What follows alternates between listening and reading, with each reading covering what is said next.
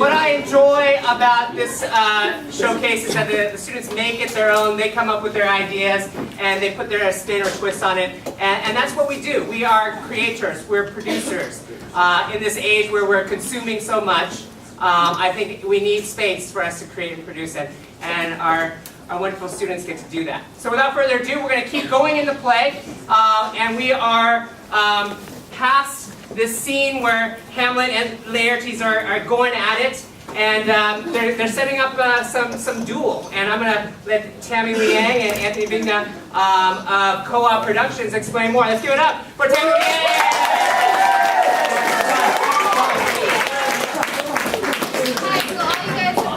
Great fighting, and then now Hamlet has returned from England.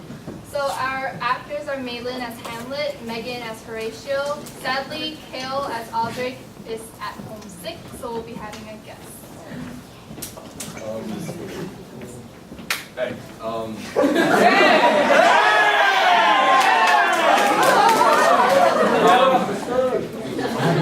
okay, fine. Okay, so, the scene's,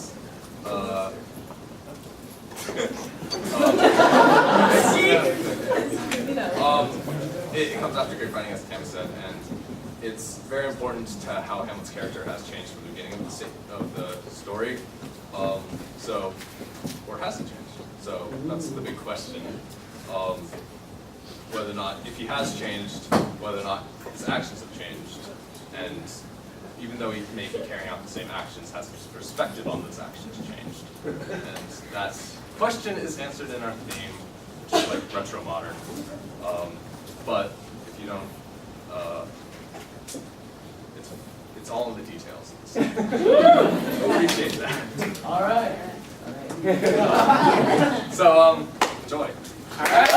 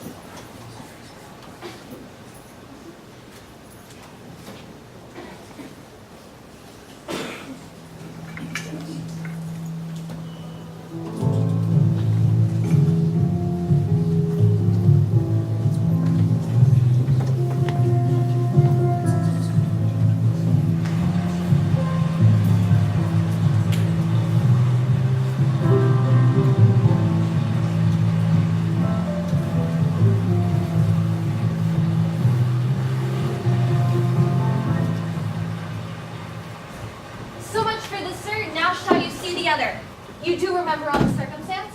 Remember. Sir, in my heart there was a kind of fighting that would not let me sleep. Methought I lay worse than the mutines and the bilbos. Rashly, and praise be rashness for it, let us know our indiscretion sometimes serves us well when our deep plots do fall. And that should teach us. There is a divinity that shapes our ends. Rough hew them how we will. That is most certain. Up from my cabin, my sea gown scarfed about me, in the dark groped I to find out then had my desire. Fingered their packet, and in time withdrew to mine own room again, making so bold my fierce forgetting manners to unseal their grand commission, where I found Horatio, O royal knavery, an exact command larded with many several sorts of reasons, importing Denmark's health and England's too, with ho, such bugs and goblins in my life, that on the supervise, no leisure baited, no, not to stay the grinding of the axe. My head should be struck off. Is it possible? Here's the commission. Read it at more leisure.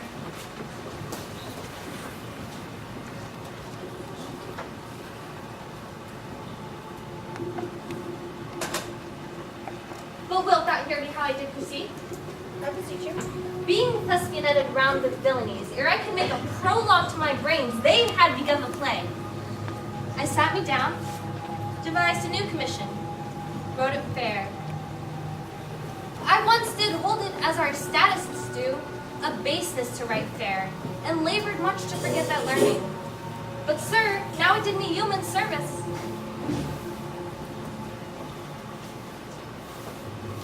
Wilt thou know the effect of what I wrote? Aye, good my lord. An earnest conjuration from the king, as England was his faithful tributary, as love between them like a palm might flourish, as peace should sip her winged garland wear, and stand a comma between their amities, and many such like as is of great charge, that on the view and knowing of these contents, without debatement further, more or less, he should the bearers to sudden death. Driving time allowed. How was the seal? Why, even that would have an ordinance. I had my father sing it in my purse, which was the model of that Danish seal. Folded the writ up in form of the other, subscribed it, gave the impression, placed it safely. The changeling never known. Now the next day was our sea fight, and what to this was the quent thou knowest already. So Guildenstern and Rosencrantz go to it. Why, man, they did make love to this employment. Their defeat does by their own insinuation grow. 'Tis dangerous when the baser nature comes between the pass and fell and sends points of mighty opposites. Why, what a king is this? Does it not, thinkest thee, stand me now upon? He that hath killed my king and whored my mother, popped in between the election and my hopes, thrown out his angle for my proper life, and with such cozenage, is it not perfect conscience to quit him with this arm? And is it not to be damned to let this canker of our nature come in further evil? It must be shortly known to England what is the issue of the business there. It will be short. The interim is mine, and a man's life's no more than to say one. But I am very sorry, good Horatio, that Hilarities I forgot myself. For by the image of my cause, I see the portraiture of his. I'll court his favors. But sure, the bravery of his grief did put me into a towering passion. Peace. Who comes here?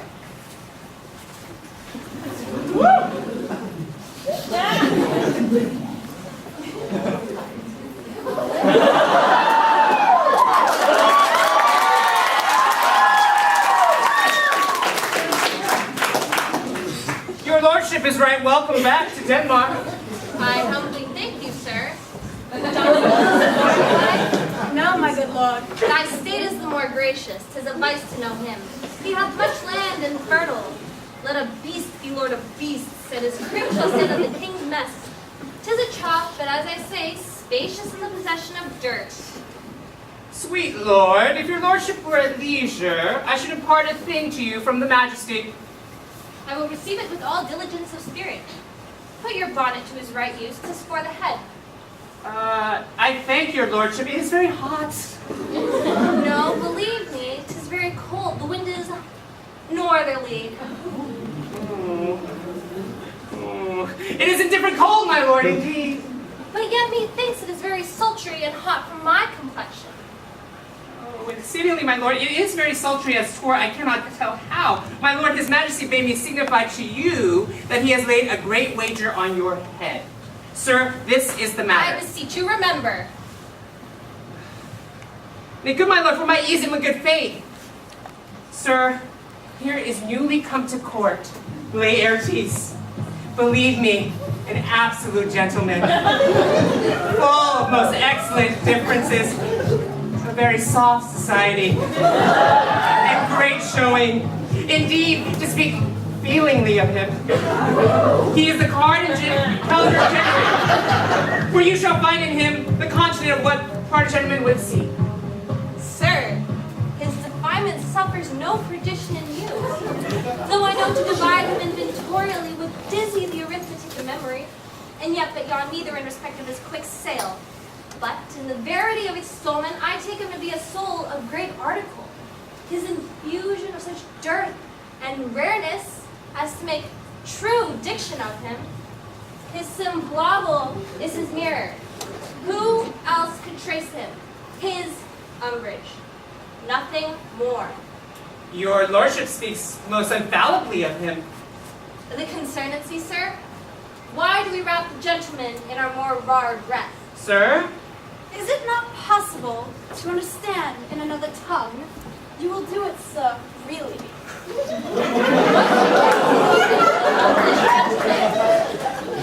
Of Laertes?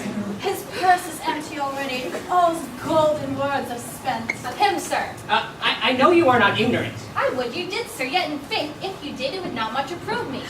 Well, sir, You are not ignorant of what excellent Laertes is. I dare not confess that, lest I should compare with him in excellence. But to know a man well were to know himself. I mean, sir, for his weapon, but in the imputation laid on him by them in his meed, he's unfellowed. What's his weapon? Rapier and dagger. That's 2 of his weapons. But well, The king, sir, hath wagered with him 6 Barbary horses against the which he has impawned, as I take it, 6 French rapiers and poniards, with their signs as girdle, hangers, and so. 3 of the carriages, in faith, are very dear to fancy, very responsive to the hilts, most delicate carriages, and a very liberal conceit. what call you the carriages? I knew you must be edified by the much air you had done. The carriages, sir, are the hangers. The phrase would be more German to the matter if we could carry cannon by our sides. I would it might be hangers till that, but on 6 Barbary horses against 6 French swords, there are signs and 3 liberal conceited carriages. Why is this imponed, as you call it? The king, sir, hath laid, sir, that in a dozen passes between yourself and him, he shall not exceed you 3 hits. He hath laid on 12 for 9, and it would come to immediate trial if your lordship would vouchsafe the answer. How if I answer no? I mean, my lord, the opposition of your person in trial. Sir, I will walk here in the hall if it please his majesty. 'Tis the breathing time of day with me. Let the foils be brought and the gentleman willing, and the king hold his purpose. I will win for him if I can. If not, I will gain nothing but my shame and the odd hits. Shall I deliver you even so? To this effect, after what flourish your nature will. I commend my duty to your lordship. Yours. He does well to commend it himself. There no tongue else for his turn. This lapwing runs away with the shell on his head. He did comply with his dug before he sucked it. Thus has he and many more of the same bevy I know the dressy age dotes on. Only got the tune of the time and outward habit of encounter. A kind of yesty collection which carries them through the most fond and winnowed opinions and does but blow them to their trial. The bubbles are out. My lord, His Majesty commended him to you by Young Oscar, who brings back that you attend to in the hall. He said to know if your pleasure holds Laertes, or if it will take longer time. I am constant to my purpose, they follow the king's pleasure. If his fitness speaks, mine is ready, now or whensoever, provided I be so able as now. The king and queen and all are coming down. In happy time. The queen desires you to use some gentle entertainment to Laertes before you fall to play. She well instructs me.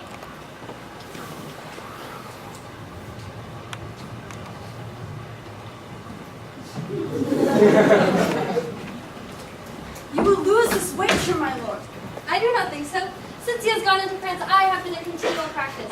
I will win at the odds. But thou wouldst not think how ill I'll stir about my heart. But it is no matter. Nay, good my lord. It is but foolery.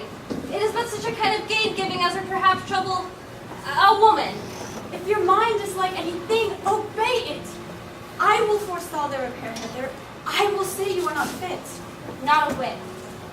We defy augury. There's a special providence in the fall of a sparrow. If it be now, 'tis not to come. If it be not to come, it will be now. If it be not now, yet it will come. The readiness is all.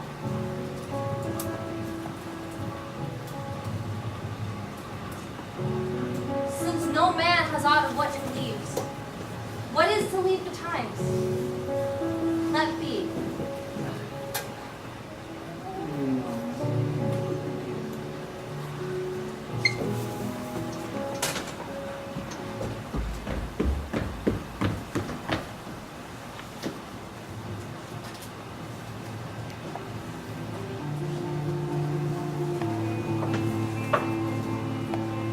put my